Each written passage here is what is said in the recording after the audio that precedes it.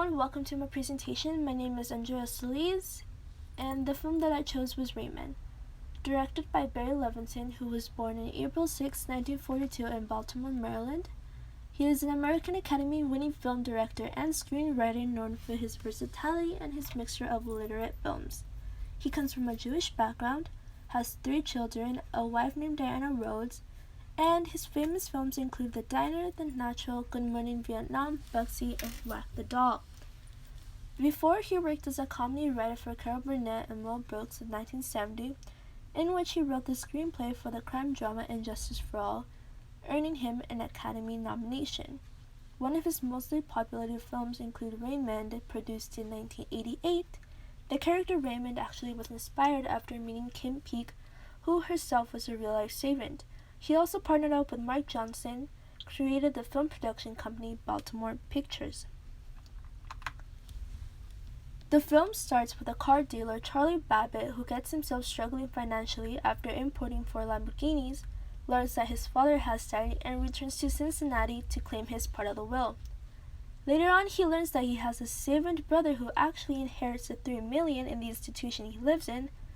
Eager for the money, Charlie takes Raymond to LA and keeps him hold in order to get his half of the will from the state trustees.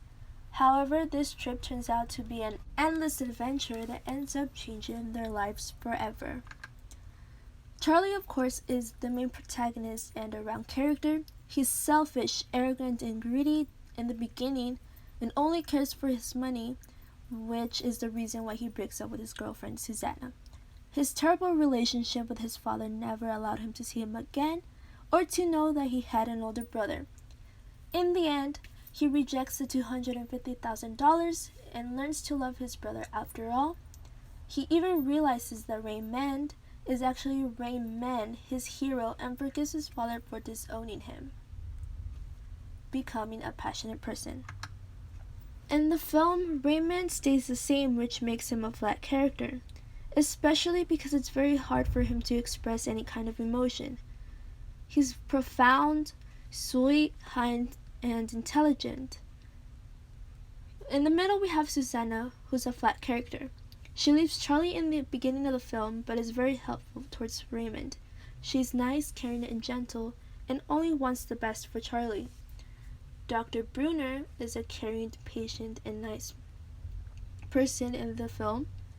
Not much is known about Dr. Brunner, but what we do know is that he really cares for Raymond a lot and is very patient towards him. The setting takes place in 1988, Cincinnati, Ohio. They traveled all around the U.S., the main points, Indiana and Kentucky, and the wall broke, which is on the bottom left corner, is actually the St. Anne Convent in Marlboro, Kentucky, and other scenes are taken in Oklahoma City. Up on the right corner, you see the institution, and on the bottom right, you have in one of the hotels they stayed in. The pictures foreshadows the importance of the road trip and the financial problem that left him. It's ironic that it's the thing that broke up the family, but creates a bonding between the two characters. In this slide, as you see in both of the pictures, Charlie tends to wear a lot of dark colors. He dresses really nice, mostly in suits, and well, his hairstyle is considered to be simple and laid back, which enhances his character. The 2 most important colors that he wears is gray and black, which helps him characterize as a dull, cold, and emptiness person. And it's worth to note that these 3 important character traits are important throughout the whole film. Rule of Thirds focuses on Charlie's uncertainty whether or not Raymond's condition is real, and it's an open shot. Shaky lighting is used during the scene. When Charlie receives a call that he might be going out of business, he goes outside and curses in anger and shows the kind of person he is. In the dancing scene, a 2-shot is being used as Charlie helps Raymond to dance in order to prepare him for a big date in which he's later stood up. It establishes a bonding relationship between the 2 brothers and is a huge physical step For Raymond, as it's mentioned that he doesn't like anyone ever touching him or being too close to him. A pan movement occurs in the scene when a waitress drops a box of toothpicks. Raymond becomes easily attracted to the object, which pans back and forth from the toothpicks as he counts them in his mind. This allows the audience to catch Raymond's mind or what he really thinks, and to note that Raymond is actually really good with numbers. In this specific scene, a zoom is used as Charlie and Raymond are about to board a plane. It quickly zooms into Raymond's face to get a glimpse of his reaction of boarding one, which allows the audience to know that Raymond is actually really frightened to board a plane, as he actually has memorized every single accident that has happened in the plane. A tracking shot is used in this scene which quickly tracks the occurrence of the game blackjack. This basically establishes what is happening during the game, which is the cards, the moving hands, and the chips being displayed here.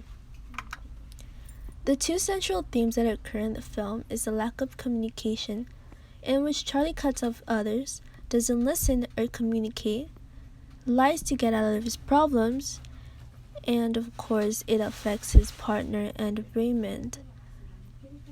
But let's also not forget that both Charlie and Raymond also tend to lack emotion and communication towards each other, because Charlie doesn't seem to understand him. Another important theme displayed in the film is greediness. This only makes Charlie focus on the money. It makes him go angry and use that anger to take it out on his brother. He also uses people throughout the film. In the end, my overall review of the film is that it's really interesting to watch, and I really liked Hoffman's character portrayal of autism. It's a really touching story that will leave you with a huge grin.